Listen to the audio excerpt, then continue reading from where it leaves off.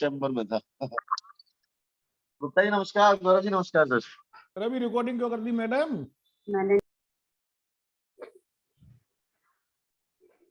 Now we are going to start the meeting. Speaker of the day, Dr. Gaurav Gupta ji, CA and advocate. Respected President Shri Achal Madan ji, Secretary Shri Suresh Agarwal ji, Joint Secretary Shri Narendra Kumar Sharma ji, members of the Executive Committee, respected seniors, member of the bar, and all participants present in this August gathering of virtual meeting. I welcome you all to this virtual session of Study Circle meeting. Friends, the topic for deliberation is GST on real estate, works contract and joint development agreement. Friends, you all know Dr. Gaurav Gupta very well. He is member of our esteemed bar. Earlier, he has served the association as joint secretary, and at present, he is member of the executive committee. He is son of illustrious Father Shri Manmohan Gupta ji, who is a senior member of this bar. Dr. Gaurav Gupta started his career as a CA and then did law, LLM, ISA, and doctorate in taxation from University of France. He started writing articles and authored several books on service tax and then on GST. He is serving the profession through his deliberations and under the banner STAR. He has addressed more than 600 seminars on indirect taxes in various forums. He trains the officers of various departments of indirect taxes. He is ever smiling, helpful to all the members, and is ever ready to solve the problems of the professionals. The clarity of his deliberations aids the professionals in their pursuits to understand, apply legal provisions with ease. After one has heard him on any topic, one need not to go through any book to understand the legal niceties. I pray to Almighty that He blesses Dr. Gaurav Gupta with greater heights. Friends, whatsoever it may be, the professionals are required to keep pace with the amendments, which we find have become rampant. Today, Dr. Gaurav Gupta ji is going to update us with the topic of the day, GST on real estate, works contract and joint development agreement. I now invite Dr. Gaurav Gupta to enlighten us on the subject. Dr. Gaurav Gupta. Thank you, ma'am. Respected President Shri Achal Madan ji, respected Vice President Mrs. Nitika Khanna ji, Shri Suresh Agarwal ji, our long-standing Secretary of Sale Tax Bar Association, I think longest-standing Secretary of Sale Tax Bar Association, and yes, ever charming Narendra Bhai, our Joint Secretary, very learned members of the profession. Sale Tax Bar Association एक परिवार है और मैं उसका एक हिस्सा हूँ. It is always a privilege to serve in any manner, in any capacity, to this esteemed bar. It is the biggest bar in tax in Asia, and we have always proudly presented, shared knowledge in every form in this particular bar. आज जो एक topic real estate, works contract and joint development agreement, I think ये झगड़ा जो है, ये पूरा topic जो है, it is full of disputes. The moment you hear the word real estate, the moment you hear the word construction, the moment you hear the word joint development agreement, I don't think that there is a clear verdict which can be given by any of the professionals. Every professional somewhere has a bit of a doubt every time. And this is not because of the complexity of the matter. This is mainly because of the complexity, the nature, the provisions, the way they have been introduced. 18-20 साल लग गए कून elevator, एक honourable supreme court की judgement थी जो बार बार supreme court के सामने larger benches के सामने जाती गई और उसका डिसीजन ओवरटर्न होता रहा हर बार. फाइनली वो 5-member बेंच के साथ सेटल हुई. But again, by the time when we were able to settle something in the era of VAT, we had already stepped into the regime of GST. Though, yes, it is also an indirect tax, it is also a value-added tax. There are many similarities, which I would say that is there between the erstwhile regime and the present regime. But पुरानी regime में कई multiple taxes थे. More particularly excise, VAT, service tax. So जो उनके प्रावधान थे वो किसी भी एक एक्ट से उठकर इस नए जीएसटी में नहीं आए. इसी कारण जो सबसे बड़ा एक कंफ्यूजन था वो वर्क्स कॉन्ट्रैक्ट के हिस्से आया, क्योंकि works contract multiple, I would say her indirect tax जो पुराना था, चाहे वो एक्साइज हो, चाहे वो सर्विस टैक्स हो, चाहे वो वैट हो, हर किसी के अंदर उसको एक अलग ट्रीटमेंट अकॉर्ड करी गई. हम सबसे अगर पूछा जाए कि what is works contract, everybody understands and everybody has a very simple vanilla answer. If a contract contains the provision that there will be a transfer of property during the provision of service, that is a works contract. Now, my dear friend, there are two important aspects to this. The first aspect is that the underlying agreement should be that of provision of service and not that of provision of goods. आपको services देनी है और उस services देने के दौरान में जो आप काम कर रहे हैं उसमें there has to be a transfer of property of goods from the contractor to the contractee. मैं छोटा सा एग्जांपल लेता हूँ, बहुत सिंपल एग्जांपल, सबकी समझ में. सबसे सिंपल एग्जांपल जो सब हम एग्री करते हैं बिना किसी डिस्प्यूट के. मैंने नरेंद्र भाई से कहा कि एक मेरे को अपना घर कंस्ट्रक्ट करवाओ. अभी जॉइंट डेवलपमेंट एग्रीमेंट पे जंप नहीं कर रहा, it is a long road to travel, will come to that also. एक मकान बनवाना है, एक छोटा एक फ्लोर बनवाना है. उस फ्लोर के दो टर्म्स हो सकते हैं मेरे और नरेंद्र जी के बीच में. एक, मैं माल मैं दूंगा, आप केवल कंस्ट्रक्शन करवा दीजिए. दूसरा, माल भी आप दीजिए, कंस्ट्रक्शन भी आप कराइए.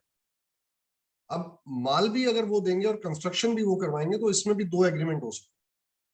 पहला कि जब जब जरूरत होगी तो इनके जो वेयर हाउस है वहां से माल की पहले एक सेल कटेगी, वो प्लॉट पे आएगी और उसके बाद इनकी जो लेबर है वो उस पर्टिकुलर माल को अप्लाई करके कंस्ट्रक्शन कर दे. सेकंड, मैंने कहा नरेंद्र भाई कौन कंट्रोल करेगा, आप जानो, मैं तो पूरा कॉन्ट्रैक्ट आपको पर स्क्वायर फीट के हिसाब से मैं आपको पे कर दूंगा. लेट अस से 1200 रुपीज पर स्क्वायर फीट. आप पूरा विद मटेरियल मेरे को कंस्ट्रक्ट कर एक फ्लोर दे दीजिए. नाउ हम 3 कॉन्ट्रैक्ट्स में पहले कॉन्ट्रैक्ट की बात करते हैं जहां पर माल मैं ला रहा था, कंस्ट्रक्शन नरेंद्र भाई कर रहे थे. Is it a works contract? No sir, it is a pure service simpliciter contract. सिर्फ कंस्ट्रक्शन में कॉन्ट्रैक्टर सर्विसेज हैं, कंस्ट्रक्शन सर्विसेज हैं जो नरेंद्र जी ने मुझको दी. सेकंड, माल भी वो दे रहे थे, कंस्ट्रक्शन भी वो कर रहे थे, पर माल का जो सेल है वो अलग था और लेबर अलग थी. इस पर्टिकुलर केस के अंदर जो माल के बिल हैं वो आएंगे सेल ऑफ गुड्स में और जो सर्विसेज थी वो आ जाएंगी प्योर सर्विसेज में, services simpliciter, as honourable supreme court has worded. अब तीसरा कॉन्ट्रैक्ट जो था उसकी क्या खास बात थी, मैंने उनसे क्या रिक्वेस्ट करी थी, मैंने ये रिक्वेस्ट नहीं करी थी कि नरेंद्र जी मुझको कुछ सामान चाहिए मेरी कंस्ट्रक्शन के लिए. मैंने कहा था मुझे नरेंद्र भाई कंस्ट्रक्शन की सर्विसेज चाहिए और वो कंस्ट्रक्शन की सर्विसेज में आप मटेरियल भी अपना यूज करिए. Now this is the third category where there is a transfer of property in goods during the provision of service. Underlying contract was service and there was a provision of goods. अब इसको बिल्कुल विपरीत कर देते हैं. अगर मैंने आपको कोई गुड्स दिए और उसमें एक element of services I, for example packaging, for example delivery, वो वर्क्स कॉन्ट्रैक्ट नहीं बनती. So the first myth, let me rule out the first myth, that every contract where there is a supply of both goods and services, it will never, or it will not every time tantamount to a works contract.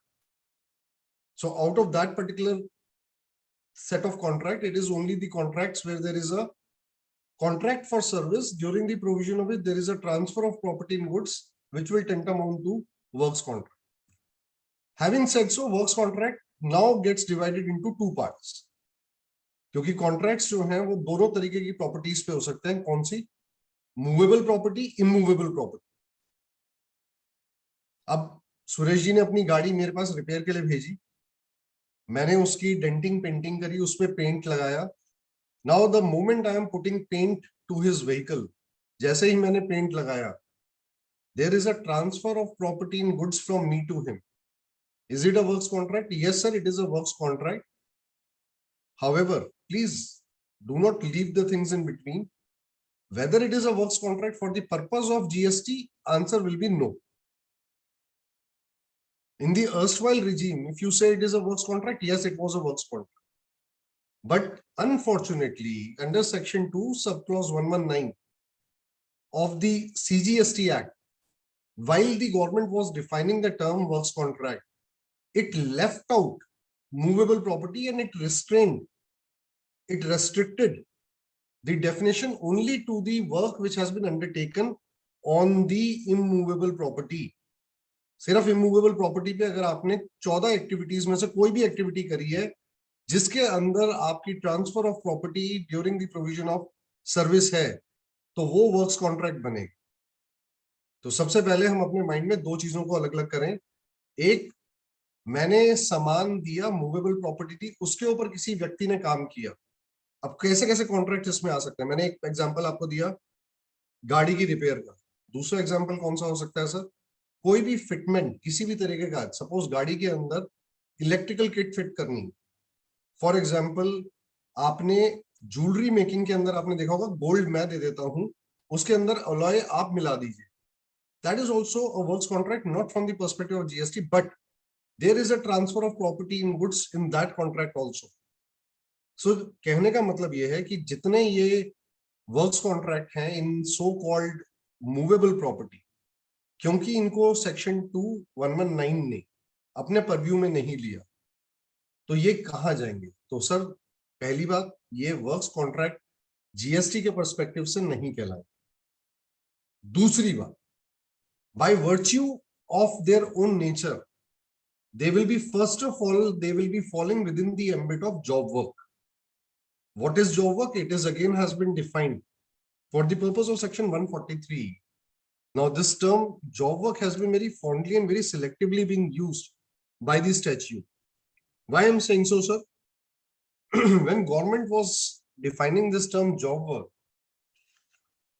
they also made it restrictive. इसमें भी एक condition लगा दी, condition पे conditions पे conditions. कानून को जब भी पढ़े बड़े ध्यान से एक एक वर्ड को पढ़िए, पता नहीं कौन सा एक वर्ड पूरे उसका मतलब बदल दे. मैं क्यों कह रहा हूँ? जॉब के अंदर बहुत लोगों ने धोखा खाया था, बहुत लोगों के रेट्स गलत हुए थे. Section 2 clause 68, job work means any treatment और process undertaken by a person on goods belonging to. Now you have to focus on the words which are there. Another registered person, मतलब अगर आप registered नहीं है और आप अपने सामान पे कुछ करवा रहे हैं तो ये जॉब वर्क नहीं है. मैं अपनी व्हीकल के ऊपर, मैं अपनी पर्सनल व्हीकल, मैं एक सैलरी क्लास आदमी हूं, तो मेरी जो व्हीकल पे अगर मैं रिपेयर कराऊंगा तो वो जॉब वर्क में फॉल नहीं करेगा. बट मैं अगर बिजनेसमैन हूं और मैं अपनी व्हीकल को रिपेयर के लिए भेजता हूं, मैं अपना GST नंबर देता हूं, that will fall with in the ambit of job. मैं इंडिविजुअल हूं, मैं टेलर के पास गया, कपड़ा लेकर गया, कपड़ा सिलवाने के लिए थ्रेड बटन्स वो यूज करेगा, ये जॉब वर्क फॉल नहीं करेगा. क्यों? आई am not a registered person. But वहीं पे अगर एक सिक्योरिटी कंपनी अपने सभी एम्प्लॉयज की यूनिफॉर्म सिलवाती है किसी टेलर से, वो जॉब वर्क के एम्बिट में फॉल कर जाए. सो माय डियर फ्रेंड, ये जो वर्ड है job work, even though common parlance में हम हर चीज को जॉब वर्क कहेंगे, बट क्योंकि ये डिफाइन कर दिया गया और अब रेस्ट्रिक्ट कर दिया गया only on the goods which are supplied by a registered person, therefore it will be restricted to that particular purview only. Now my dear friend, because of the application, anything which is there in job work, now we have to refer to in classification, we will go to schedule 2. why we are going to schedule 2? schedule 2 के अंदर हमारे को कुछ activities define कर दी गई हैं कि ये एक्टिविटीज जो हैं they will be deemed either as supply of goods और supply of services, and these are only covering those activities where there is an ambiguity. Agar if there is a pure service, it will always remain pure service. If there is a pure goods, supply of pure goods, it will always remain supply of pure goods. Schedule 2 is supposed to address those transactions where there is an ambiguity whether they will be supply of goods or supply of services, or when there is an element of both into that particular activity. Referring to item number 3, treatment or process.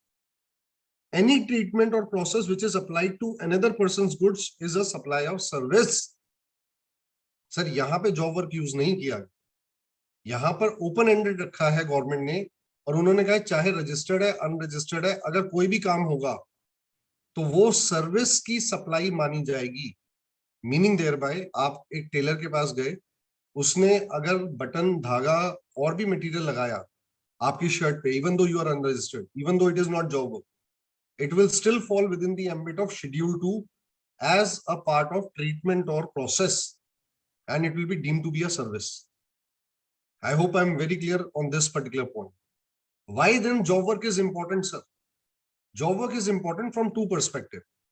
Section 143, and there are beneficial rates which are provided under notification number 11 by 2017 dated 28th of June 2017 as amended from time to time. उस particular notification में job work को, कुछ class of job work को reduced और beneficial rates दिए गए हैं 6% के, 2.5% के, एंड सो ऑन. सो जब भी आप कभी कोई रेट पढ़ें उससे पहले क्लासिफिकेशन डिसाइड हुई. मूवेबल प्रॉपर्टी की अगर आपने कोई जॉब वर्क कराई है, it will be taken as supply of service. So आपने ज्वेलरी बनवाई, उसमें अलॉय लगा. Now that particular alloy is being mixed to make that jewelry. It is a part of the job work, and therefore it will be a supply of service even though there is an element of goods. आप उसको supply of goods में नहीं classify करें. Similarly, there can be n number of contracts. आपने dry cleaning के लिए कपड़े दिए, आपने dye के लिए कपड़े दिए. अब dye के अंदर भी क्या होता है, कपड़े के ऊपर कलर जाता है. Transfer of property. But then it is a process undertaken on the product of somebody else. And even if there is a transfer of property of goods in that, it will be deemed to be a supply of service, in my humble opinion, under schedule 2. It will not be a supply of goods. So my dear friends, अगर आपके contracts movable property पे होते हैं, उनके अंदर mixed आपके elements होते हैं, supply of goods भी हैं, supply of services भी हैं. Movable property में they will be either job work or they will not be job work. But that process or treatment in all cases will be a supply of service. It will, if it is job work, it will enjoy the benefit of section 143, read with the beneficial rates which are provided under notification number 11 by 2017. If not, then they will be taxable at full rate, and you don't have to bother about those particular minor goods which have gone during the supply of that particular provision of that process onto that particular person. Now coming back to the other side, which is the topic of the day. So पहले हमने works contract के दो पहलुओं को समझा. Movable को पहले हमने अलग कर दिया, उसको हमने बताया ये वर्क्स कॉन्ट्रैक्ट नहीं है, तो ये है क्या, ये प्रोसेस और ट्रीटमेंट है, इसकी क्लासिफिकेशन डिस्कस करी. Now we go on to the second part, which is the immovable property. What is immovable property itself is a big question. It has always been in dispute. सबसे पहले a number of decisions we can refer to, but let me ask. सबसे पहला question, what is immovable property? Very simple question. Sir, land है, building है, ये दीवार है, ये immovable property है. बहुत आसान है ये कहना कि ये immovable property है. मैं और एग्जांपल देता हूं सर, एक मशीन, बड़ी हैवी मशीन है जो लगाई गई है, क्या वो इमूवेबल प्रॉपर्टी है? 90% of us will say yes, वो इमूवेबल प्रॉपर्टी। चलिए सर, क्या मैंने जो HVAC लगाया, जो AC लगाया, क्या वो इमूवेबल प्रॉपर्टी है? I think centralize air conditioning में किसी को कोई डाउट नहीं है, वो इमूवेबल प्रॉपर्टी है। Now let me lower down, let me mellow down the degree of attachment with the earth. Let me now say, sir मैंने वुड पैनलिंग जो लगाई है, जैसे मैम के पीछे हुई है अगर सपोज वुड पैनलिंग, तो क्या वो इमूवेबल प्रॉपर्टी है? क्यों डाउट आया? या नरेंद्र भाई जहां बैठे हैं उसके पीछे जो वुड का काम हुआ है, क्या ये इमूवेबल प्रॉपर्टी है? अब इसको डाउट किसने दिया? डाउट इस थॉट ने दिया कि अगर मैं इसके पेज खोलकर इसको दूसरी जगह ले जाऊं तो ये मैं मूव कर दिया। दूसरा एग्जांपल है, अब यहां से कंफ्यूजन शुरू होता है, सर जो मैंने पीछे टीवी टांगा हुआ, अब वो दीवार पे टांगा हुआ है, क्या ये मूवेबल प्रॉपर्टी है? Immovable property. फिर इससे और कंफ्यूजन हुआ, सर मेरे जो सिक्योरिटी कैमरास लगे हुए मेरे पूरे के पूरे बिल्डिंग में, क्या वो it is a work done on an immovable property और it is an installation of a movable property? एक नहीं, कई एग्जांपल है। जितना सोचेंगे इमूवेबल मूवेबल को, उतने ही झगड़े पड़ेंगे। एक solid correct in engineering works का डिसीजन आया था, जहां पर एक बहुत हेवी मशीन को बोल्ट किया गया था अर्थ से। Question was whether it is movable और immovable. The why the machine was bolted to the earth? It was only to stop that wobbling of that particular machine, and it was not serving any other purpose. So what the honorable Supreme Court was hinting at is the test of functionality. अगर आपकी machine काम कर सकती थी और आपने केवल wobbling के लिए ही उसको रोका था, then it is not a case of immovable property, it is a case of movable property. Similarly, there are other decisions also, but let me, when we are speaking to immovable property, let us speak one by one in context of the tests which have been laid down by the Honorable Supreme. The first test which has been laid down by Honorable Supreme Court is affixation to earth. सबसे पहली चीज, क्या immovable property जुड़ी हुई है अर्थ से? Meaning, what is earth? It will be either land or anything which is permanently attached to land. So पहला test क्या है कि क्या कोई चीज परमानेंटली जुड़ी हुई है? Now in the case of CCE Indore versus Virdi Brothers, it was held that if the items are assembled or they are erected at site and attached by the foundation of earth, they cannot be dismantled without, now please underline this particular phrase, without substantial damage to its component, then it is a immovable property. It will not be considered as a movable property. आप किसी चीज को अगर उखाड़ेंगे, अगर आपने wooden panelling कराई है और उसको आप उखाड़ेंगे तो वुडन पैनलिंग में डैमेज आएगा, बट एक कुर्सी है, कुर्सी को उठा के ले जाइए, कोई डैमेज नहीं आया, even though it was supposed to be there. So ये चीज का सबसे पहला टेस्ट। चलिए सब, ये बात हो रही थी 2007 की, और अगर हम इसके पीछे जाएंगे तो ये कायदे से जो केस बना होगा ये कभी सन 1985 में बना होगा, तब हर चीज जो है फिक्स हुआ करती। दौर चेंज होते होते होते होते आज हम प्लग एंड प्ले के दौर में आ गए। आज अगर किसी ने पेलमेट लगवाना है तो 10 मिनट के अंदर पेलमेट लग जाता है, 2-3 पेज कसे और पेलमेट लग गया। ऐसे ही खिड़की दरवाजा। नरेंद्र भाई, आई अंडरस्टैंड टॉपिक जरा बोरिंग सा टॉपिक है, बिल्कुल आई कैन अंडरस्टैंड। अगर मेंबर्स वगैरह कोई भी क्वेश्चंस बीच में पूछना चाहे इमूवेबल प्रॉपर्टी के ऊपर, they are most welcome sir. कोई भी चीज ऐसा नहीं है कि एट द एंड ही टेकअप करी जाएगी, we can just keep on continuing interacting.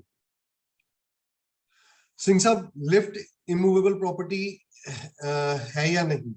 5 minute में बात करते हैं। मेरे ख्याल से कैप जी, आप जो बात करना चाह रहे हैं वो बेसिकली बात करना चाह रहे हैं सिंह साहब इसके क्रेडिट के बारे में। मैं भी उसके ऊपर आता हूं, क्योंकि जहां पे भी ये वर्ड आएगा ना immovable property, then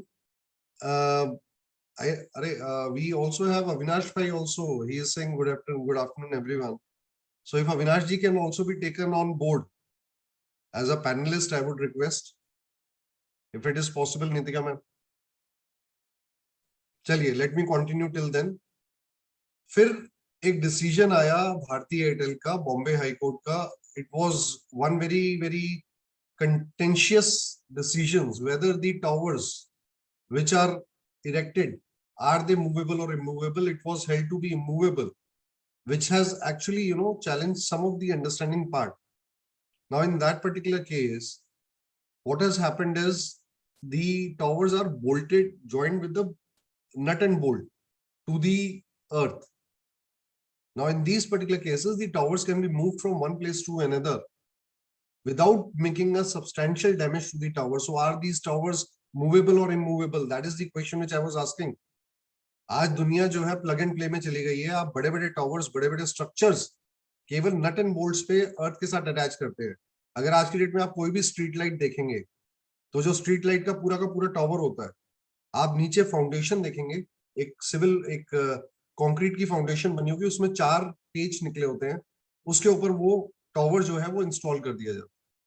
My dear friend, just because it can be taken away without substantial damage, can we say that the decision of Honorable Supreme Court in Virdi Brothers will always remain live?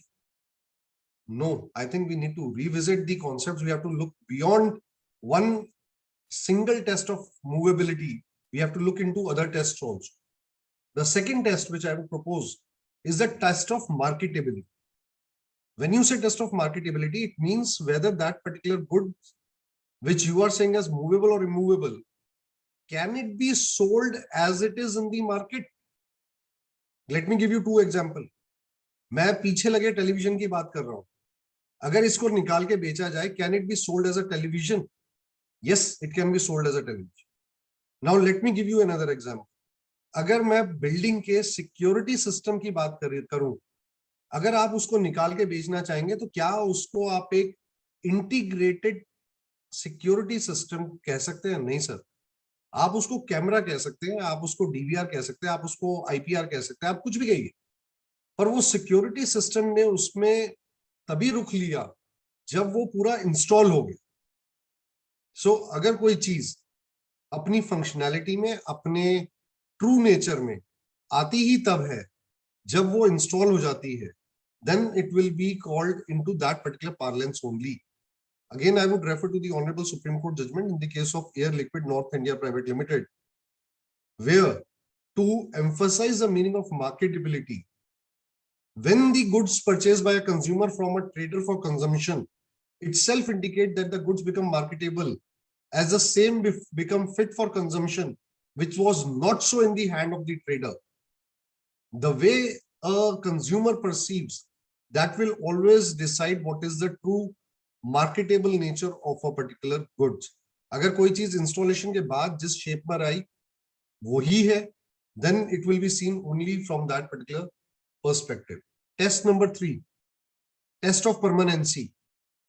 Now, if a particular thing, even though it is movable, it is only supposed to be there, इसको वहीं पे रहना है, then it is a immovable property. I would refer again to the Honorable Apex Court judgment in the case of Municipal Corporation versus Indian Oil Corporation, जहां पर ये बात हुई थी कि टैंक्स बहुत बड़े थे and they were resting on the earth.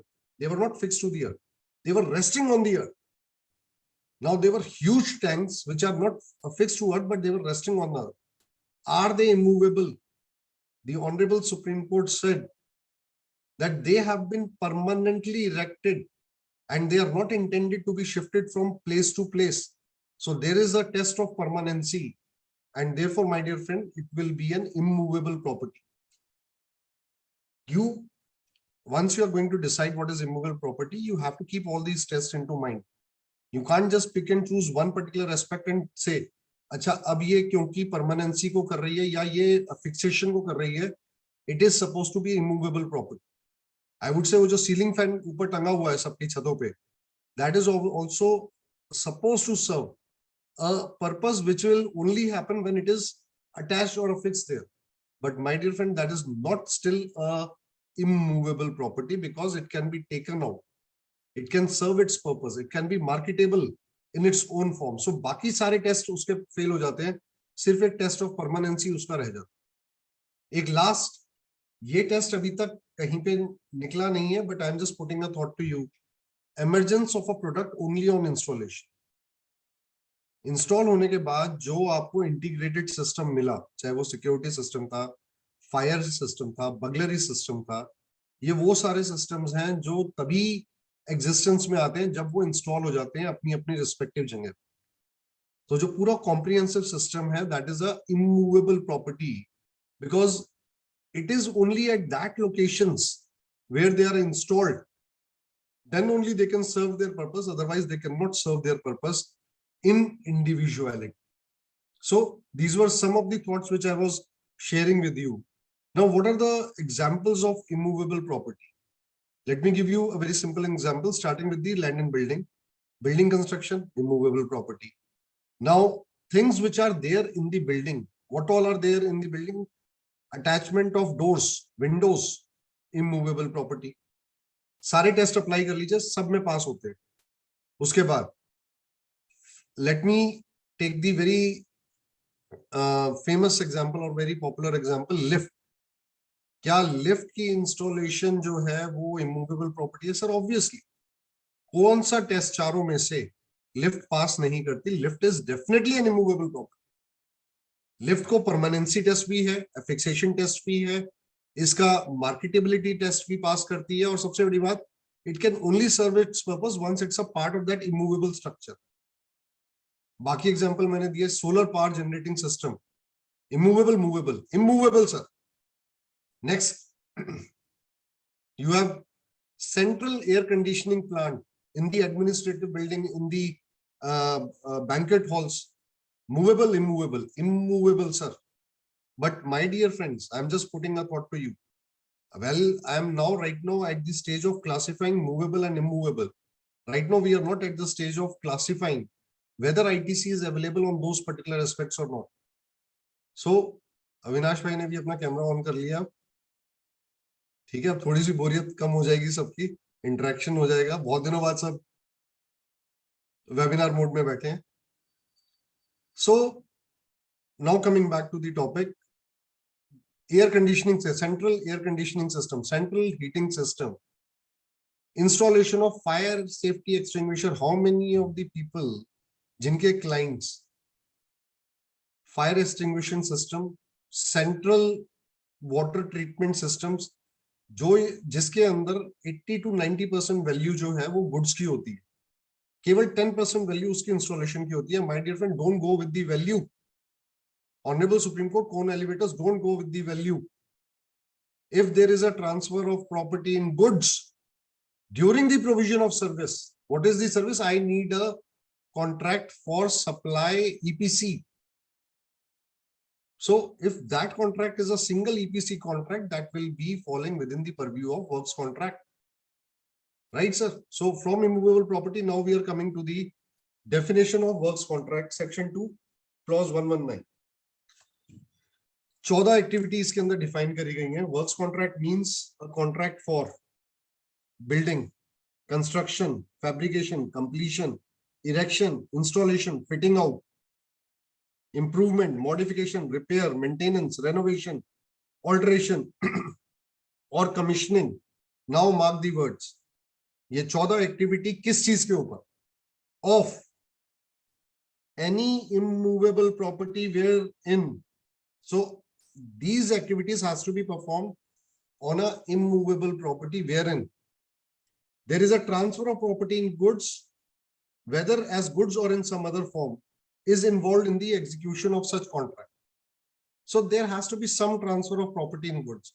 आपने नींव खुदवाई मकान की, और उस मकान की नींव को खुदवाने के बाद आपने उसको कहा कि इसके अंदर आप एक फाउंडेशन लेकर दीजिए. Works contract. आपने किसी व्यक्ति से कहा कि साहब आप मेरी लिफ्ट इंस्टॉल कर दीजिए, वो लिफ्ट का सामान भी लेकर आ रहा है और इंस्टॉल भी कर रहा है. Works contract. So all these 14 activity, building, construction, fabrication, completion, erection, installation, fitting out, improvement, modification, repair, maintenance, renovation, alteration और कमीशनिंग. सो पहली चीज आपने देखी इमूवेबल प्रॉपर्टी. सेकंड, क्या उस इमूवेबल प्रॉपर्टी में ये 14 काम हुए हैं? तो अगर आपने कंस्ट्रक्शन और इरेक्शन ऑफ इमूवेबल प्रॉपर्टी को वर्क्स कॉन्ट्रैक्ट बना दिया, तो उसकी रिपेयर और मेंटेनेंस को भी by virtue of the inclusion in the definition it will remain a works contract. So अगर आप लिफ्ट की रिपेयर करेंगे sir, that is not a job work, that is a works contract. अगर आप building के paint करवाएंगे, that is an improvement.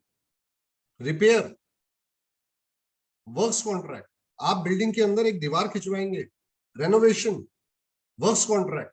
आप कोई भी पैनलिंग की रिपेयर करवाते हैं, repair is again included. Fitting out works contract. So the ambit of works contract is so huge that all these activities will be included within the ambit of works contract. Now, having said so, having understood the meaning of works contract, अब हम आते हैं कि construction sector में हमने movable property का समझा, immovable property का समझा. अब टॉपिक के तीसरे चरण पर आते हैं, construction sector. Sir, works contract में ही एक हिस्सा है कंस्ट्रक्शन सेक्टर. उसके अंदर भी 4 तरह की एक्टिविटीज होती हैं. आप, मैं एक सेकंड एक काम करता हूं, एक आपके सामने पीपीटी के एक स्लाइड शेयर करता हूं.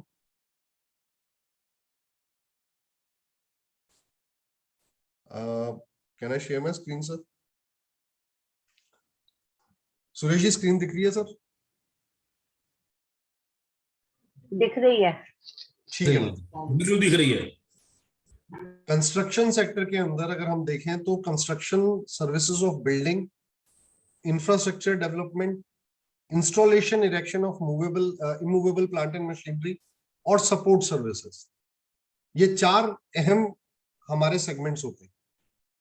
नाउ, कंस्ट्रक्शन ऑफ बिल्डिंग्स के अंदर कौन सी बिल्डिंग्स आ सकते हैं sir? Residential, commercial, industrial. There can be agricultural buildings also. Let me not go into that, but that's a small segment. What we are focused on is the other major segments of construction. Infrastructure development के अंदर highway, roads, railways, waterworks, non-commercial buildings, stadium, archaeological buildings, ये सब cover हो जाता है. Installation of erection of plant and machinery, sir इसके अंदर मैंने बहुत सारे एग्जांपल आपको दिए. HVAC से लेके आपके फायर सिस्टम्स का, फर्नेसेस का. एक फर्नेस है, आप फर्नेस को अगर इंस्टॉल करते हैं किसी की फैक्ट्री में, that is an immovable property, works contract. Support services to construction sector, site preparation services like demolition, levelling, foundation etcetera. आप सबको पता है एक एंट्री है सेक्शन 16 के अंदर, सेक्शन 17 के अंदर 17(5) C&D.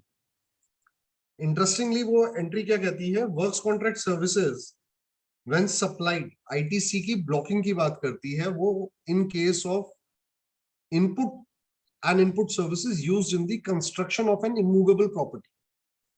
There are 2 terms, immovable and property. It has been defined. Now, when you say immovable property, not every immovable structure which is not a property will fall within the ambit of immovable property. I'll give you a very small example. Let me first talk about this exclusion in 17(5) C&D. 17(5) C says you will not get the ITC on what? Mark the words very, very carefully. Works contract services when supplied for. मतलब works contract services केवल इस activity के लिए. कौन सी? Construction of an immovable property other than plant and machinery. My apologies, sir.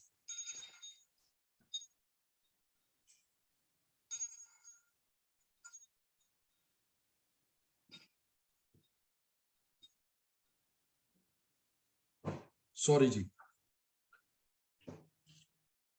Construction of an immovable property for works contract, sorry, when supplied for construction of an immovable property, उसका ITC आपको मना है. मतलब work contract के अंदर 14 activity थी, उसमें से केवल एक कंस्ट्रक्शन के ऊपर आपकी जो एक्टिविटी थी उसके ऊपर आपका ITC मना. उसके अलावा it is all allowed to. Second, goods or services or both received by a taxable person for construction of an immovable property. Again, केवल कंस्ट्रक्शन के लिए अगर आपने कोई भी इनपुट और इनपुट सर्विसेज लिए हैं तो आपका उसका ITC आपको नहीं मिलेगा. बाकी सभी एक्टिविटीज का आपको मिलेगा, चाहे वो रिपेयर है, रेनोवेशन है, to an enhance the scope of the term construction, an explanation was added. For the purpose of clause C and D, the word expression includes reconstruction, renovation, addition, alteration, or repair to the extent of capitalization to the said. Now, please understand, to the extent of capitalization to the said immovable property. अगर कोई चीज immovable है but आपकी property नहीं है, immovable property, then it will not fall within the ambit of this nuance. That is my humble opinion. I'll give you a very small example. आप एक construction site पे गए, आपने वहां पे अपना एक temporary site office बना लिया. अब now that temporary site office is a sort of an immovable structure. But my dear sir, it will never qualify as an immovable property because there is no property in that particular immovable structure. It has to be demolished later. Nobody can transfer that particular property by way of a deed of conveyance because of its very nature that there is no property in that particular structure. So it is neither movable, but then also it is not an immovable property. चलिए sir, इसमें एक ही exception है. इसमें exception क्या है? Plant और machinery जो है वो एक्सक्लूड करा गया है. Now when we say plant and machinery, then section 17 subsection has a explanation. For the purpose of this chapter and chapter 6, the expression plant and machinery means, sir, note the words, apparatus, equipment and machinery fixed to earth by foundation or structural support that are used for making outward supply of goods or services or both. Sir क्या मतलब है? आपके पास कोई apparatus, आपके पास कोई machinery, आपके पास कोई equipment होनी चाहिए जो उसके फिक्सेशन के कारण इमूवेबल बने. अब एक सवाल आया कि सर मैं ईंट और सीमेंट यूज कर एक बहुत बड़ा टैंक बनाता हूं. Now a tank can be said to be equipment, or it can be called in not as an apparatus but yes an equipment. It is serving a purpose which could have been served by a tank which is bought from the market as made from iron or steel or for that matter any other metal. Is that particular tank which is made from civil structure, can it be called to fall within the ambit of that plant and machinery as an exclusion? Sir, very, very dicey question. In my humble opinion, on the absolute reading of the explanation, the answer will be negative because it has to be a equipment, apparatus or machinery first, and then it is affixed to make itself immovable. It is not vice versa that the plant machinery comes into existence because there is a immovable thing which has come into existence. I hope I'm making my point very, very clear on this part. So ये चीज का थोड़ा सा ध्यान रखिएगा.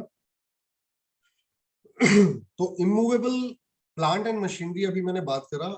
Erection is a part of the construction sector and ITC on any kind of immovable plant machinery, which is any equipment, apparatus or anything. Now there are things which are not even plant machinery apparatus. For example, let me give you a small example. एक झूमर जो कि banquet hall के अंदर एक बड़ा सा एक झूमर लगाया हुआ है, will it be called a plant and machinery? To my humble opinion, there can be disputes and it is more probable because the kind of words which have been used, apparatus, equipment and machinery, it will not fall within the ambit of it.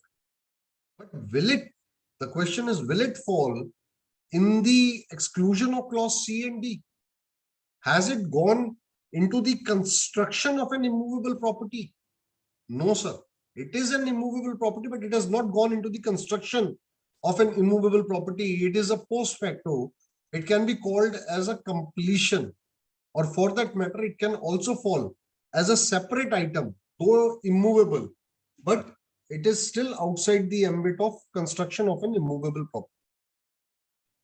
So, बहुत सारे banquet halls हैं जो अपनी interiors करवाते हैं, बहुत सारे banquet halls हैं जो बहुत सारे investment इन items में करते हैं. क्या उनका ITC मिलेगा? In my humble opinion, बिल्कुल मिलेगा.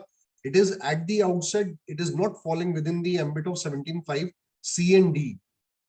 So there is no reason to resort to the explanation of plant and machinery in such particular cases.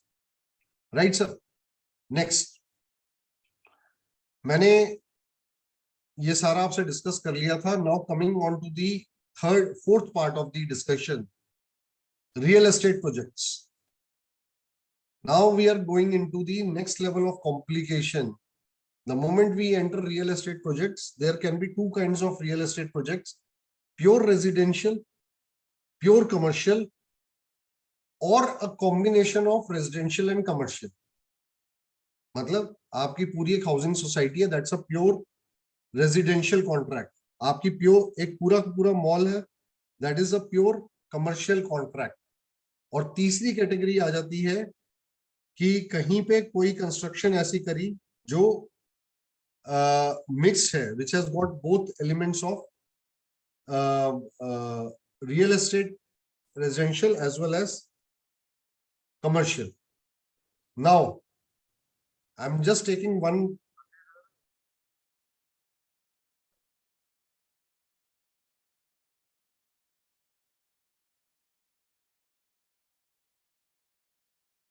Gaurav ji unmute करो अपने आप को.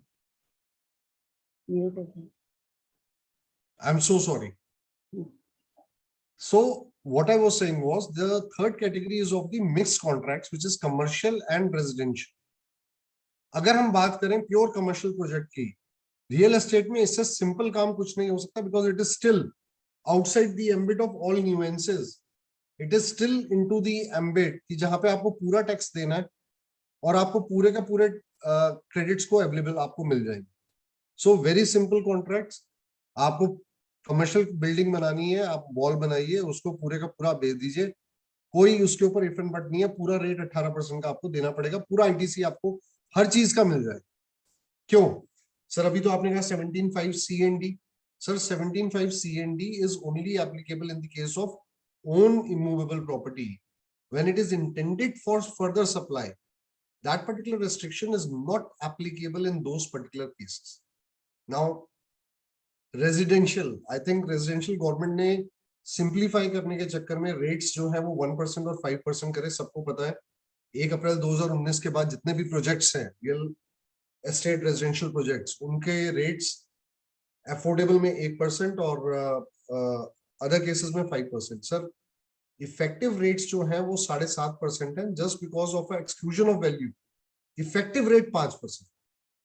दोनों चीजों का फर्क है, थोड़ा सा ध्यान करिएगा, क्योंकि आप में से बहुत सभी मित्र हम रिटर्न भरते हैं. रिटर्न के अंदर क्या होता है, हम लोग सीधा 5% अप्लाई कर देते हैं. सर 5% रेट नहीं है, रेट 7.5% है. एक्सक्लूजन ऑफ वैल्यू है 1/3. वो किस लिए है sir? That is towards the land element in that particular contract. Now when you are filing your return, you have to reduce the value by 1/3 rather than reducing the rate by 1/3. Even though at a later stage अगर किसी ने गलती कर दी है तो effectively tax उसको जो देना था उतना ही दिया है उसने. That can be one plea which he will definitely take. But at the, for all the future reasons, let us rectify our positions onto this particular aspect. So pure residential project, affordable, others. Pure commercial project, commercial में affordable word है ही नहीं, तो please nobody has to bother about it. Mix के अंदर RREP, RREP जो residential projects हैं उनमें जो कमर्शियल का कारपेट एरिया है वो 15% से कम, और अगर वो 15% या उससे ऊपर है then it becomes a REP. It does not no longer remains a RREP. So my dear friends, इन दोनों के बीच में आपका फर्क सिर्फ कमर्शियल एरिया के कंपोनेंट का है और उससे ज्यादा कुछ भी नहीं. RREP residential real estate project और REP residential real estate project, इसके अंदर आपका जो definitions हैं they have been provided in notification number 11/2017. I'm not going into the definition, but एक सवाल ये आता है कि क्या अगर सिंगल हम प्लॉट के ऊपर कोई रेजिडेंशियल प्रोजेक्ट बनाते हैं तो will it fall within the ambit of all these rates? Sir इसके अंदर एक बहुत अहम डेफिनेशन है residential apartment. Residential apartment shall mean an apartment intended for residential use as declared to the RERA or competent authority. अगर आप RERA देखेंगे, I am no expert in RERA, but I have been told by my very learned friends who are dealing in RERA. आपका एक plot size, अब now it also depends from state to state also, 500 square metre से अगर नीचे होगा तो वो RERA के परव्यू से बाहर हो जाता है and therefore it will also be excluded. जो अपार्टमेंट्स उसमें बुक हुए हैं और जो बिकेंगे, they will also fall outside the ambit of the benefits which have been granted by the amendment as effective from 1st of April 2009. So at the outset जो छोटे plots के ऊपर भी आपके जॉइंट डेवलपमेंट एग्रीमेंट्स हैं, please understand, क्योंकि RERA के अंदर एक्सक्लूजन है एक पर्टिकुलर प्लॉट साइज का और नंबर ऑफ यूनिट्स का. So there has been a restriction कि 8 से नीचे जो है वो नहीं बिकेंगे, नहीं अपार्टमेंट माने जाएंगे. Those things will have to be taken care of. So please ये ध्यान रखिएगा, उनके अंदर हमें बेनिफिशियल रेट 5%, 1% विदाउट ITC नहीं लगाना. उन केसेस में ट्रीटमेंट वही अफोर्ड करनी है जो 31 मार्च 2019 से पहले की थी. Now there is another term which has been brought in the real estate zone, which is affordable residential apartment. Now this particular definition is also given under notification number 11 by 2017 as amended from 1st of April 2019. Affordable residential apartment दो categories में बांटे गए हैं, metropolitan और other than metropolitan. Metropolitan में कौन सी cities cover करी गई हैं? Bangalore, Chennai, Delhi NCR, Hyderabad, Kolkata, Mumbai. Now in this particular case, a residential apartment where the carpet area does not exceed 60 square meter in a metropolitan or 90 square meter in other cities and towns, and now there is another condition for which the gross amount charged is not more than 45 lakh rupees. अगर आपका जो apartment है वो 60 square metre से कम है but वो उसकी value जो है 1 करोड़ रुपए है. Now in cities like Delhi it is possible. In such particular cases 45 lakh से ऊपर जाते ही वो अफोर्डेबल की डेफिनेशन से बाहर हो जाए. And in case of cities other than metropolitan it will be 90 square metre. You have to please look into one more thing, gross amount charge. What is gross amount charge? आपको इसके लिए क्या क्या चीजें देखनी है. Consideration charge for services specified in 1I to IC. Amount charge for transfer of land, meaning thereby 1/3 value कम करके नहीं देखना आपने, पूरी वैल्यू उस अपार्टमेंट की जो आपने बायर से लिया including the undivided share in land, वो आपको लेना है. And number 3, any other amount charge by the promoter from the buyer of the apartment including PLC, development charges, parking charges, common facility etcetera. मतलब जो एक package की तरह उस कॉम्पोजिट सप्लाई के अंदर आया है, that particular all elements need to be added to this particular affordable residential apartment. So affordable residential, metropolitan, other cities, अगर इन केसेस के अंदर हैं then you will fall within the ambit of 1% tax rate, provided that limit of the area and value is satisfied.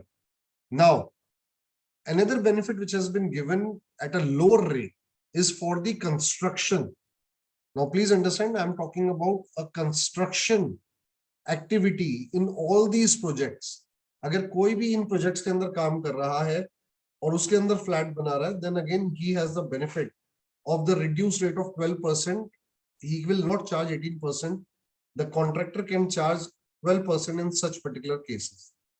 I think with your kind permission, I will not go into each and every project. The screen is all self-explanatory in the manner that Jawaharlal Nehru Mission और Rajiv Awas Yojana, for that matter government ने जितनी भी ये इन Situ development in सब के अंदर जो schemes दी हैं, इसके अंदर एक बेनिफिशियल कंस्ट्रक्शन रेट जो है कॉन्ट्रैक्टर को available. Now what are the GST implications in case of a affordable residential apartment in a REP और RREP? आपको REP की भी डेफिनेशन बता दी, RREP की भी बता दी। Rate of tax will be 1.5%। Sir अभी मैं 1% कह रहा था, अब मैंने लिखा है 1.5%। This is because of the exclusion of 1/3 value. जब आप लैंड की वैल्यू हटाएंगे तो 1.5% का 2/3 कितना बनेगा? Effectively it will become 1%. So rate is 1.5%. You have to take out 1/3 from the value which you are charging from the buyer. Second, no ITC against the output tax. आपको कोई ITC नहीं मिलेगा। आज हम 2022 के कगार पे बैठे हैं, तो मैं केवल जो कानून है, प्रावधान है 1 अप्रैल 2019 के बाद उसकी ही बात कर रहा हूं, उससे पहले की बात नहीं कर रहा। उसके अंदर जो ऑप्शंस थी, जिन्होंने ऑप्ट किया नहीं किया, उन सब डिस्प्यूट्स को अभी मैं टेकअप नहीं कर। Third, 1.5%. Now please understand this condition is very very interesting a condition. अगर आप नोटिफिकेशन नंबर 11/2017 देखेंगे, आपको उस नोटिफिकेशन में कई जगह पर एक चीज मिलेगी, अगर आप 5% पे टैक्स देंगे, no ITC will be available. ठीक है सर, यहां पर no ITC will be available के साथ एक कंडीशन और डाल दी है। आपने जो 1.5% जीएसटी कलेक्ट किया है from the unit buyer, it has to be paid by debiting. Please understand, this is a separate distinct condition in this particular entry. It can only be paid by debiting cash ledger. Now यही condition no ITC की आपके restaurant service में भी है कि आप 5% tax पे करेंगे पर आप आईटीसी नहीं ले सकते। Many of the officers they are of the believe कि सर आपने आईटीसी नहीं लेना तो आप आईटीसी से पे भी नहीं कर सकते। सर दोनों में फर्क है। आप आईटीसी लेंगे नहीं मतलब मैं रेस्टोरेंट सर्विस के अगेंस्ट आईटीसी ले नहीं सकता, पर अगर किसी और सर्विस का क्रेडिट मेरे पास पड़ा है तो मैं उसको यूज कर सकता हूं रेस्टोरेंट सर्विस के आउटपुट को पे करने के लिए। वो कोई भी कंडीशन वहां पे नहीं है। तो मैं रेस्टोरेंट भी रन कर रहा हूं और मैं कपड़े का भी काम कर रहा हूं, या फॉर दैट मैटर मैं कंस्ट्रक्शन का भी काम कर रहा हूं। कंस्ट्रक्शन में 1 महीने के अंदर मेरे पास आईटीसी ज्यादा आ जाता है, मैं उस आईटीसी को रेस्टोरेंट को पेमेंट करने के लिए यूज कर सकता हूं। I will satisfy both condition. मैंने रेस्टोरेंट का आईटीसी भी नहीं लिया और मैंने दूसरे आईटी से उसकी आउटपुट को पे कर दिया। नंबर 2, रियल एस्टेट के अंदर government was very very categorical. उन्होंने कहा नहीं, हम आईटीसी भी नहीं देंगे, बट आप जो 1.5% कलेक्ट करोगे बायर से, वो आपको आईटीसी से एडजस्ट नहीं करना, किसी भी आईटीसी से एडजस्ट नहीं करना। आपको कैसे पे करना है? आपको कैश लेजर को डेबिट करके पे करना। तो आप दूसरे सप्लाई का भी आईटीसी यूज नहीं कर सकते for this particular payment. Now this condition is very very particular for real estate entry only in notification number 11. Now another condition, if such purchases fall short, अब एक कंडीशन और डाल दी कि जो डेवलपर प्रोमोटर है उसको अपनी सारी परचेजेस जो है वो करनी है रजिस्टर्ड सप्लायर्स। ठीक है सर, अगर आप रजिस्टर्ड सप्लायर से 80% तक आप अपने गुड्स नहीं लेते, उसमें कुछ उन्होंने एक्सक्लूजन भी दे दी। उन्होंने कहा कि ठीक है हम कुछ खर्चों को उससे बाहर करते हैं, let us discuss that in a while.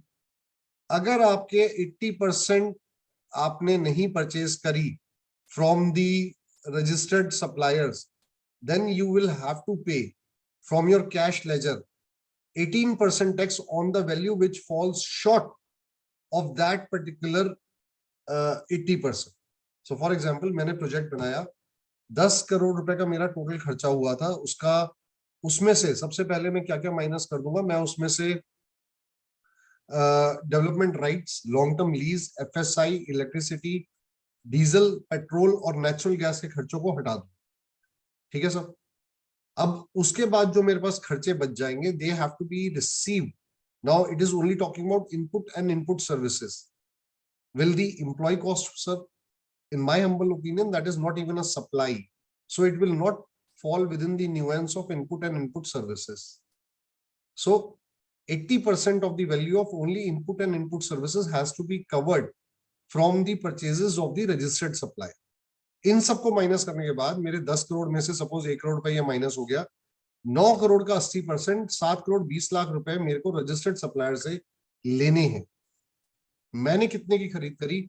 मैंने खरीद करी 6.5 करोड़ रुपए। So I am short, let us से मैंने खरीद करी 6.2 करोड़ रुपीस की। I am just making my mathematical issues a bit easier. तो मैंने जो डिफरेंस है वो 1 करोड़ का खड़ा कर दिया। 1 करोड़ के ऊपर प्रोमोटर को 18% कैश लेजर से पे करना पड़ेगा, उसको ये कंडीशन सेटिस्फाई करनी पड़ेगी। And this is independent, my dear sir, it is independent of his liability on the output.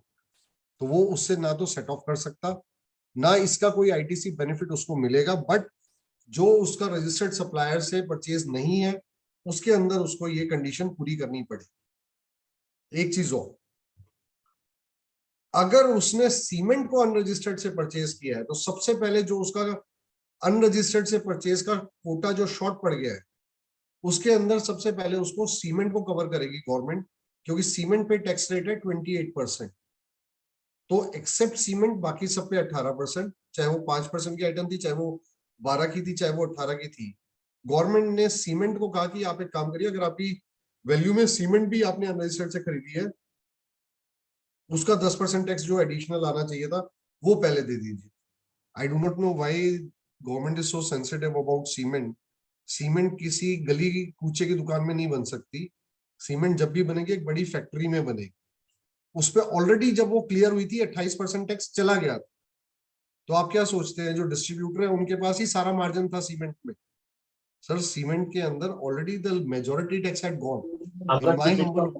Election से पहले और इसे लगभग 1 महीना और मिल गया, तो ये लगभग सर प्लीज अपने आप को सब अनम्यूट कर ले। सो सीमेंट के अंदर 28% का जो टैक्स है गवर्नमेंट ने पूरा प्रोमोटर से मांग लिया है कि जी अगर आपने सीमेंट को परचेज किया तो promoter would be required to pay the cement first. Now please understand that is also a condition. आपने कहा सर मेरे को तो 20% की आपने छूट दे दी है तो अब मेरा आप उसमें सीमेंट कवर कर लीजिए। उन्होंने कहा नहीं, अगर 80% से शॉर्टफॉल करते हो आप तो सबसे पहले जो वैल्यू सीमेंट की है उसको हम 28% पे कवर करेंगे, फिर बची हुई वैल्यू को। सो अगर 1 करोड़ की वैल्यू थी उसमें अगर मैंने 25 लाख रुपए सीमेंट की वैल्यू थी तो सबसे पहले 25 लाख पे 28%, 75 लाख के ऊपर फिर 18% मेरे से आप टैक्स ले सकते। सो आई थिंक इन चीजों के अंदर a person has to still, एक रियल एस्टेट प्रोजेक्ट बनाने वाला आर्किटेक्चर और बाकी कॉम्प्लिकेशंस को तो झेलता ही है, जीएसटी भी अपने आप में उसके लिए पूरी की पूरी वर्किंग हो गई। अब क्वेश्चन ये आता है, ये जो रिकॉर्ड्स आपने मेंटेन करने हैं और ये जो रेशियोज देखनी है ये आपको कैसे देखनी है? सर ये आपको जो है ईयरली बेसिस पे देखनी है। आपको पूरे साल की शॉर्टफॉल जो भी होगी आपको जुलाई की मंथ से पहले पहले खत्म करनी है। बट अगर आपने सीमेंट अनरजिस्टर्ड से परचेज कर ली तो सीमेंट जिस महीने में आपने अनरजिस्टर्ड से परचेज करी है उसी महीने में आपको उसका टैक्स जो है वो भुगताना पड़ेगा। So cement is a very very sensitive subject and I can tell you lately what we have seen, बहुत सारी सीमेंट जो है अनरजिस्टर्ड सप्लायर से मूव करी और उनके बिल्स अलग तरीके से मूव करे। I think the entire industry was also not playing very fair.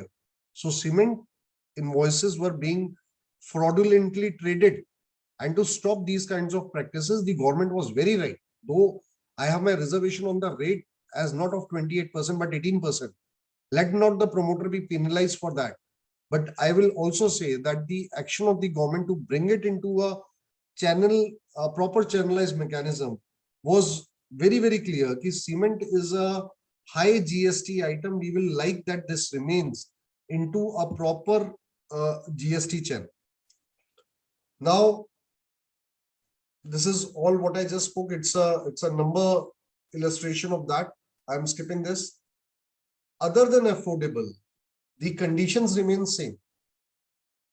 Real estate के अंदर आपकी conditions सारी same रहती हैं. अफोर्डेबल और जो दूसरे अदर देन अफोर्डेबल हैं, the rate of tax changes to 7.5%. 7.5% का again it is applied on 2/3 of the value of the apartment, and therefore effective rate on the total apartment comes to 5%.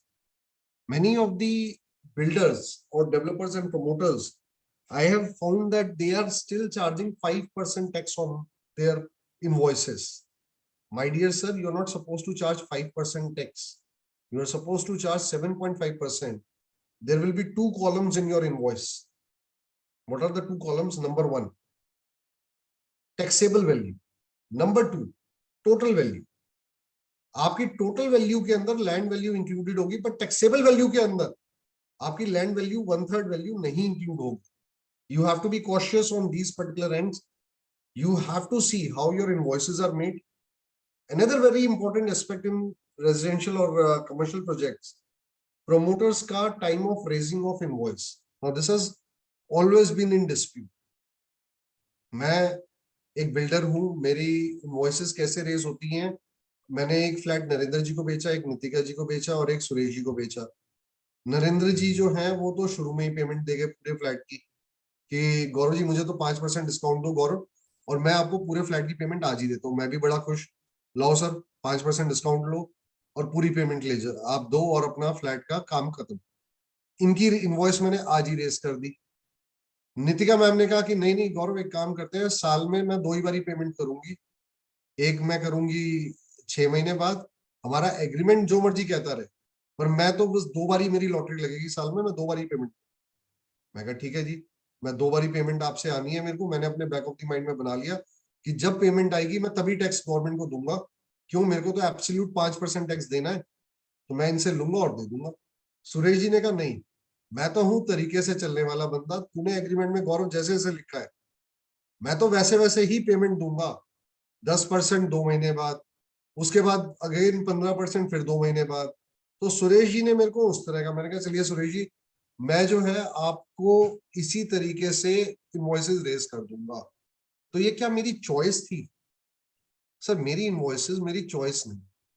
ये terms अगर मेरे agreement में इसी तरीके से लिखे हैं then I am at no problem. But अगर मैंने तीनों के साथ सेम एग्रीमेंट किया है then I am supposed to raise the invoices as per the milestones laid down in my agreement. So ये please थोड़ा सा ध्यान करिए. ये विशेष के हिसाब से जो डेवलपर्स प्रोमोटर्स अपने इनवॉइसेस रेज करते रहे हैं from time to time, they are always a bone of dispute, the contention between the taxpayer and the department. And I can tell you, time of supply is always one of the pillars of proper compliances in indirect taxes. Moving further, sir. एक condition और दी है real estate के अंदर जो सबको ध्यान करनी है कि आईटीसी जो अवेल नहीं किया है, क्यों आप आईटीसी अवेल कर ही नहीं सकते? It should be reported in GSTR 3B as ineligible credit. Now this is a very procedural kind of a condition. What is the repercussion if I don't follow this? Sir, there is no direct repercussion, but then the government wants to sanitize that whatever credit is coming to your two-way, is it a credit which can still be used by you, or is it a credit which is an ineligible credit because you are into the construction of residential apartments? So that is the only point where government want to sanitize it. Secondly, the tax which you have paid under reverse charge because you have purchased less than 80% from registered supplier, that particular shortage also need to be reflected कि though this tax has been paid, but it will also form part of my ineligible credit. It is not an eligible credit for me. Now, rate of tax, commercial apartment in a RREP. Commercial apartment other than RREP is all at full value. It is only the benefit is given which is in case of a real estate project, which is a residential real estate project. Less than 15% is the commercial. केवल उसी case में commercial को भी इसी category में डाल दिया ताकि वो जो बिल्डर जिसका टोटल प्रोजेक्ट साइज में 15% से कम रहा कमर्शियल, उसको अलग अलग तकलीफ नहीं लेनी पड़े, उस व्यक्ति को कहा गया कि ठीक है आप एक काम करिए, आप कमर्शियल के अंदर 5% टैक्स जो है पे कर दीजिए, and that should be the end of the story. All other conditions remaining same, including 80% purchases, or for that matter payment from the cash ledger, inavailability of the ITC, reporting of the cement and the ineligible ITC, everything remains same. और तीनों के अंदर एक ही common चीज क्या रही, चाहे आप अफोर्डेबल की बात करें, अदर देन अफोर्डेबल की बात करें, या कमर्शियल इन RREP की करें, 1/3 value will be towards attributed towards the land. Now commercial apartment in a REP, or for that matter pure commercial project, sir, as I told you, it will be the project which will enjoy full rate of tax at 18% and full ITC, and there are no conditions, there are no tags which are attached to this particular case.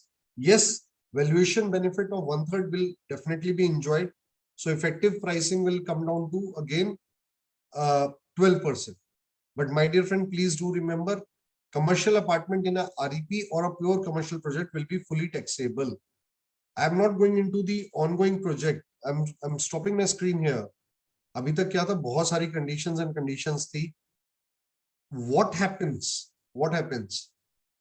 Now question is, मैं एक real estate developer हूं, मैं एक promoter हूं, आपने बहुत सारी conditions लिखी हैं, मैंने गलती से, now when there is a condition, the rate of tax becomes optional. That's a right law. But in this particular case, the rate of tax is not optional.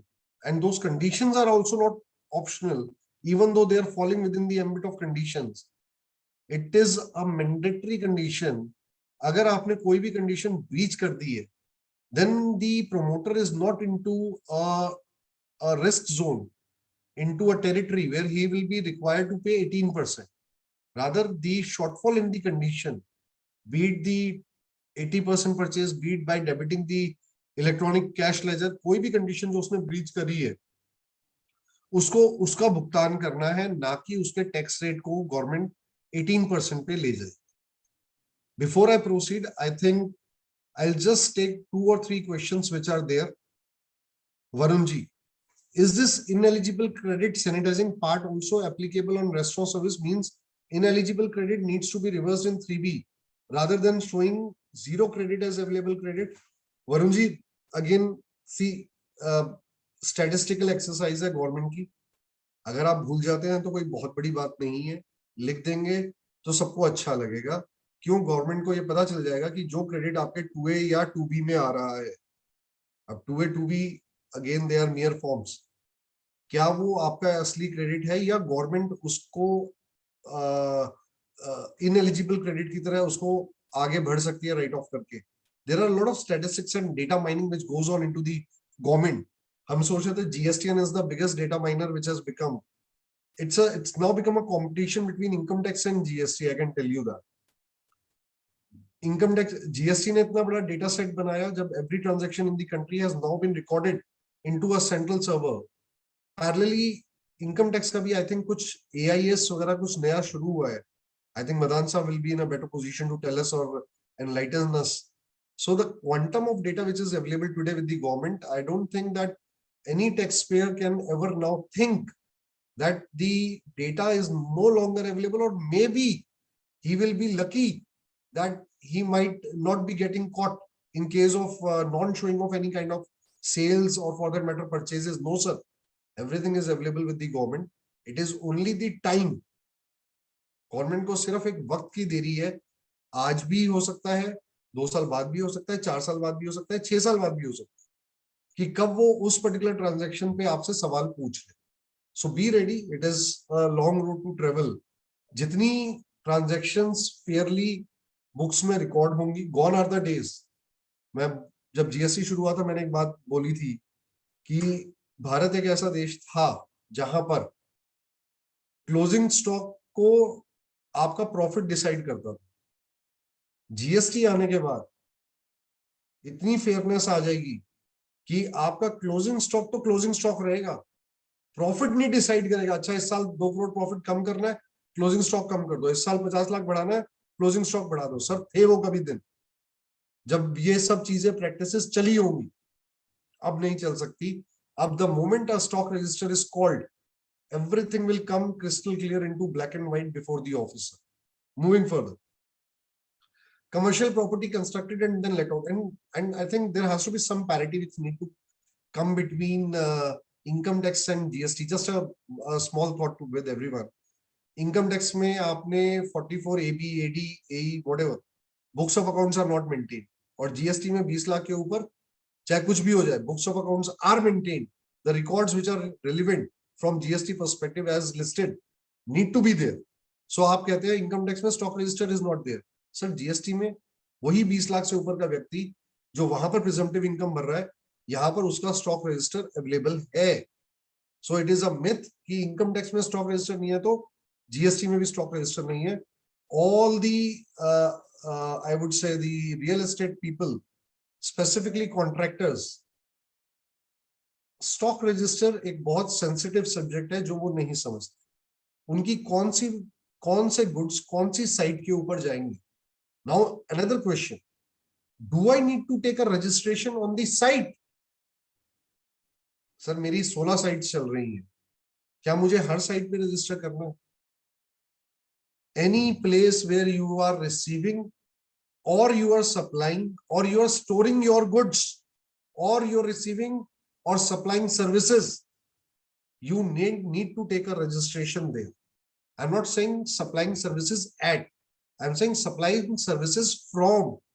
So अगर मैं एक डेवलपर हूं और मैंने अपने प्रोजेक्ट साइट पे एक office खोल लिया और मैं सबको आमंत्रित कर रहा हूं, आइए मैं आपके लिए फ्लैट बुक कर देता हूं, तो सर वो एक आमंत्रण जो है, that is also an आमंत्रण to registration.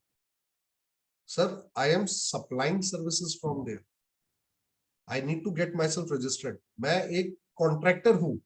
बहुत सारे लोग पूछते हैं सर वर्क्स कॉन्ट्रैक्ट में मेरी ऑल इंडिया साइट्स चल रही हैं, जीएसटी ने कहा था वन नेशन वन टैक्स. पता नहीं वो एक लाइन बड़ी टची सी हो गई है, वन नेशन वन टैक्स. हर चीज में जब भी कोई बात आती है जीएसटी में, वन नेशन वन टैक्स. तो compliance will not go by one nation one tax. It is one nation. मैं पहले कह रहा हूँ, there has to be a correction in the line. The line is one nation uniform tax. Do I need to register in all the 16 states where I'm undertaking the works contract? मेरा काम है अलग अलग जगह पे government buildings बनाना. मेरा काम असम में भी चल रहा है, मेरा उड़ीसा में भी चल रहा है, मेरा मध्य प्रदेश में भी चल रहा है. क्या सब जगह पे मेरे को रजिस्ट्रेशन कराना है? सर आपको रजिस्ट्रेशन केवल वहां करवाना है जहां पे either of the three things are there. Are you receiving any goods or services there? Meaning thereby आपकी receipt of goods वहीं मानी जाएंगी, आपका एक ऑफिस अलग है वो. Number 2, are you supplying any goods or services from there? Not at there, from there. 90% answer of the works contract will be negative. Last condition, are you storing any goods there? 90% of the works contractor will say yes. वहां जो सामान पड़ा है वो मेरा है. Sir, जब तक वो सामान, that those goods are not accredited to the building or that immovable property, it will be taken as the property of the supplier, and therefore it will be taken that they have stored their goods there. Accordingly, a registration is supposed to happen there. For example, and it is called a larger picture also and micro picture. Macro and micro both are there. Now, what is macro picture? 100 ton cement एक site के ऊपर रखी थी. उस दिन by chance जो supervisor था वो उसको ढकना भूल गया, बारिश हो गई उसी दिन. 100 टन सीमेंट जो है वो it has converted now into pure unusable form. Sir कौन सी स्टेट में आईटीसी रिवर्सल होगा? Goods stolen destroyed 17(5)(h. Sir it will be ITC reversal in the state where that particular goods have been lost, stolen or destroyed. So please do remember these very fundamental micro and macro aspects of GST. Chaliye sir, I have already spoken about the works contracted registration. That is also one of the question which we very fondly or which we get very often from all the professional brothers. I've shared my own view on this. I am open if I know many of the members might have different views on this. We will come to that later. Next one, I'll take one more query, which is from Capsing again. Commercial property constructed and that let out. Can ITC of material, etc. be taken for construction against the rental output tax? Sir, again, what we are going back is to Safari Retreat. That is a risky proposition.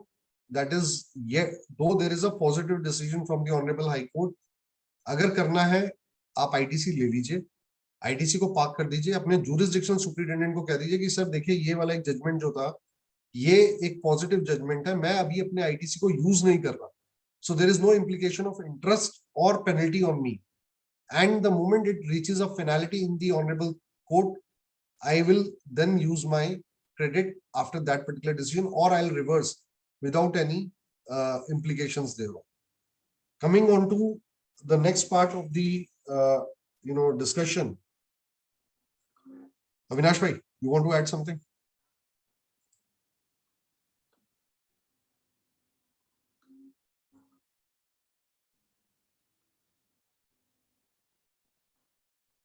Avinash bhai, are you saying something? Unmute कर लो Avinash ji. Please continue. ठीक है, कुछ थोड़ा सा बोल लो, हम सबकी बोरियत भी कम हो जाएगी आपस में. प्लीज ब्रदर, आप बताइए कब टॉपिक इतना लंबा है, कौन सा टॉपिक अब आपके साथ शेयर करें, आप कौन सा लेंगे? रियल एस्टेट में whatever.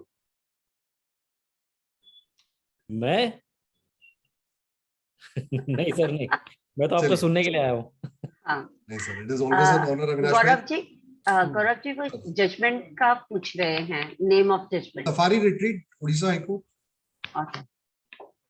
I'll share the citation also with you.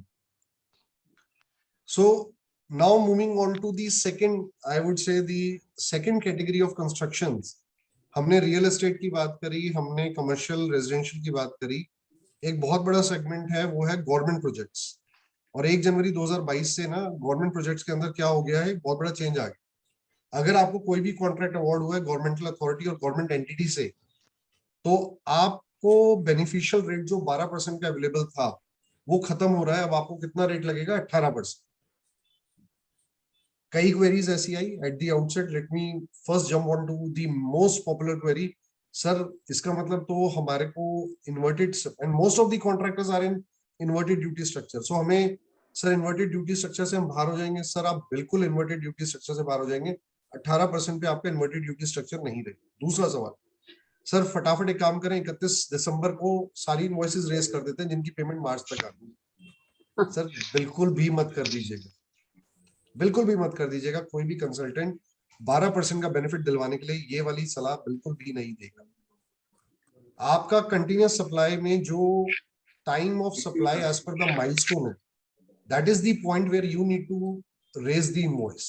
सो अगर वो एक एमबी के हिसाब से चलता है, मेजरमेंट बुक के हिसाब से, तो उसके हिसाब से आपको रेज करना है. अगर आपका वो चलता है मंथ्स के हिसाब से, तो आपको महीने के हिसाब से रेज करना है.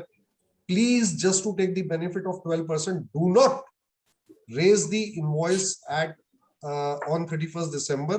Otherwise the new year will not be a very happy new year, I can tell you that, after 1 year. So coming on to the government projects को अब जो बेनिफिट रहेगा 1 जनवरी 2022 के बाद, वो केवल और केवल तभी रहेगा जब आपको वो कॉन्ट्रैक्ट्स आपको दिए होंगे सेंट्रल गवर्नमेंट ने, लोकल अथॉरिटी ने या स्टेट गवर्नमेंट. तो उनके अलावा जो गवर्नमेंटल एंटिटी थे या गवर्नमेंट अथॉरिटी थे, उनको वो बेनिफिट गवर्नमेंट ने खत्म कर दिया है.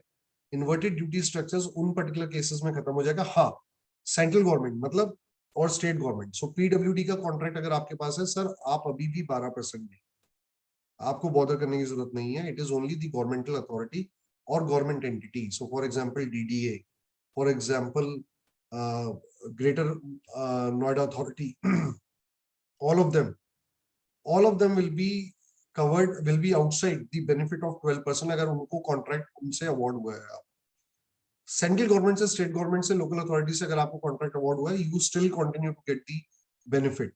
सर एक चीज का ध्यान रखिएगा, सब कॉन्ट्रैक्टर्स को भी ये बेनिफिट अवेलेबल था 12% का. अगर उनको कॉन्ट्रैक्ट जो है इन 5 एंटिटीज में से किसी से भी अवार्ड हुआ, जिन कॉन्ट्रैक्टर्स का बेनिफिट खत्म हुआ है उनके सब कॉन्ट्रैक्टर्स का भी बेनिफिट खत्म हो गया 1 जनवरी 2022 से. I am talking on a very broad level with all of you. I am not going into intricacies of contract by contract, but this is the core and crux of the change which has come up from 1st of January 2022. आपका beneficial rate केवल और केवल अब सब contractors को किस cases में मिलेगा? Central government, state government, union authority, local authority, इन केसेस में आपको अभी भी मिल जाएगा. गवर्नमेंटल अथॉरिटी और गवर्नमेंट एंटिटी के केसेस में नहीं मिलेगा. Now coming on to one very very interesting question क्या था?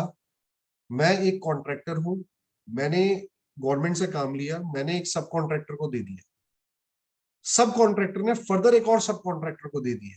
सो मेरे को 12% अवेलेबल है, मेरे सब कॉन्ट्रैक्टर को 12% अवेलेबल है. क्या मेरे सब कॉन्ट्रैक्टर को 12% का रेट अवेलेबल होगा? In my humble opinion, again though I'm not very fond of quoting the authority for advanced ruling decision, this is Kaba Bhai quoted by it's a earth mover decision. You may refer to that particular decision, but you know, independent of that, my humble opinion also says read the conditions absolutely. The condition says when the contractor, now your contractor is not the person who has originally awarded the contract, you can never reach him. आप केवल एक सड़क पे काम कर रहे हैं, इसका ये मतलब नहीं है कि आपको पता है कि कॉन्ट्रैक्टर को गवर्नमेंट ने अवार्ड किया है. Contractor would be read as your immediate contractor. You are a sub contractor and he is your immediate contractor. अगर उसको गवर्नमेंट ने काम अवार्ड नहीं किया, then you will not get the benefit of the reduce rate of 12%. So please इस चीज को भी आप थोड़ा सा ध्यान करिएगा. Now coming on to the last limb of the discussion today. I know I have skipped a lot of issues, but looking into the paucity of time and the vastness of the topic given by Nitika ma'am to me, मैं पहले ही सोच रहा था कि ये topic जो है वो इतना है कि अगर मैं इमूवेबल प्रॉपर्टी पे बोलूं तो मैं 1 घंटा आराम से टाइम पास करा सकता हूँ. सबका टाइम भी दिया कौन सा था नितिका मैम ने? एज ऑलवेज लंच के बाद. तो सब वैसे ही सो रहे होते हैं तो बड़ा आराम से निकल जाता है. Last leg, which is joint development agreement. Now, when you say joint development agreement, it raises eyebrows from each and every corner of the room. कि अच्छा आप कुछ काम की बात हो गई. So, सबसे पहले मैंने ये एक तो क्लियर कर दिया था कि अगर प्लॉट साइजेस 500 स्क्वायर मीटर से कम है, so most of the RERA will be not considering that as an apartment, and that 5% and 1% will not fall, as per my humble opinion, into the ambit of that particular beneficial rate. अगर आप ऐसे किसी project पे काम कर रहे हैं, उसमें वही ट्रीटमेंट्स अकॉर्ड होंगी जो 31 मार्च 2019 तक सभी कॉन्ट्रैक्ट्स पे होती थी. Second, in case of REP and RREP, जो गवर्नमेंट ने एक बहुत बेनिफिशियल काम कर दिया कि अगर आप उन केसेस में जॉइंट डेवलपमेंट एग्रीमेंट में है तो जो लाइबिलिटी है लैंड डेवलपमेंट राइट्स पे टैक्स पे करने की, what is the value of land development right? That is a big, that's a hornet's nest. उसको तो टॉपिक को छूना मतलब आपने अपने व्यूज को बिल्कुल ओपन एक डिबेटेबल जोन में डाल दिया. But still let me come to that also. सबसे पहला सवाल ये आता है जॉइंट डेवलपमेंट एग्रीमेंट में होता क्या है? जॉइंट डेवलपमेंट एग्रीमेंट में there will be a land owner जिसके पास एक लैंड पार्सल है, एक कॉन्ट्रैक्टर है जो अपने आप को उस पर्टिकुलर लैंड पार्सल के अंदर एक प्रोजेक्ट बनाने के लिए उस लैंड ओनर के पास आता है, and he proposes that he will make a project, and part of the project will be available with the landowner for sale, and part of the project will be available with the contractor or that particular promoter for sale. So this is how the two people or persons, they come together to give a proper project, make a proper project and sell it to the public at large. Now, what is the outflow from two and what is the inflow between two of them? At the outset, there are 3 supplies which are going. Number 1, landowner ki side se there is something called the development rights which are going to the contractor or the promoter. from the promoter, the constructed flats of the share of the landowner will be going towards it. So the construction of those particular flats will be moving from the landowner to the, from the contractor to the landowner. And number three, both of them will be selling their respective flats under a tripartite arrangement to the public at large. So that was also the third supply where Narendra ji, myself, Suresh ji, we will go and purchase a flat by paying that 5% or 1%, whatever the applicable rate is, from that particular promoter or the landowner, जिसके भी share का हम खरीदें. Now, in these particular scenario, what are the implications? The best part, I think the relaxation which has been carved out in case of land development right. Earlier it was on the liability was on the landowner. Now the liability has been shifted to the promoter. In this particular case, the liability has now been shifted under reverse charge on the promoter, and the promoter is now supposed to pay the tax on that portion of the development rights consideration, which is attributable. I'm going a bit slow on this, which is attributable to the unsold inventory on the date of completion or the first occupation. So आपने 100 flats बनाए थे, आपके 50 flat रह गए हैं unsold, तो आपको जो land development rights हैं जो attributable होते हैं towards the unsold inventory, केवल उसी के ऊपर आपको अपना reverse charge pay करना है, otherwise आपको as a promoter नहीं pay करना. Landowner has been dissolved of the liability to pay tax on land development rights. Number two, the person who is the contractor also needs to pay the tax on that portion of the construction which is being given to the landowner. So that is a separate set of activity being undertaken by that particular promoter. And one more thing which we have to remember very clearly, इसमें time of supply के अंदर भी government has come out with a number of notifications very fast. So the prominent notifications, again, everyone can take note. It was 3 by 2019, 4 by 2018, and 6 by 2019. By virtue of which दो चीजें government ने, एक तो reverse charge, एक time of supply. Time of supply क्यों और किस case में sir? Time of supply in the cases where the person was supposed to pay the tax on the promoter was supposed to pay the tax on the land development rights to the developer by the registered person, or the supply of the construction services by the contractor to the landowner for supply of development right. इनका जो time of supply है, that has been shifted at the time when the transfer of possession by entering into a conveyance deed or a possession letter is given to the other part. कि भाई आप अब construction के बाद ये handover में से ले रहे हैं, उस particular case के अंदर आपको tax जो है on those land development right or on the part of the construction, government has deferred that particular liability.